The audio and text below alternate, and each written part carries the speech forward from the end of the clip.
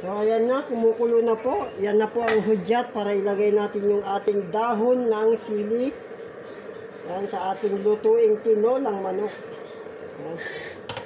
Siyempre po, hindi mawawala ang ating Knorr Cubes.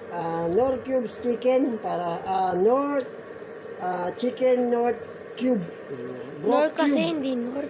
Knorr broth cube po, chicken. So, ang Knorr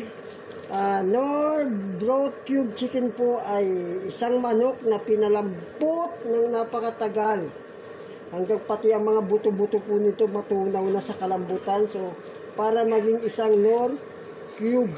Ayan po. Lalagay na po natin siya, no? Knorr cubes, baka naman. Yan po ang ipapadagdag sa ating lasa. Dahil po siya ay isa ring manok na tinunaw. So, siyempre, maglalagay na rin tayo ng asin. Buspasin natin. Wala na rin. Yun. Siyempre, yan po ay aantayin na lang natin kumulo para tirahin.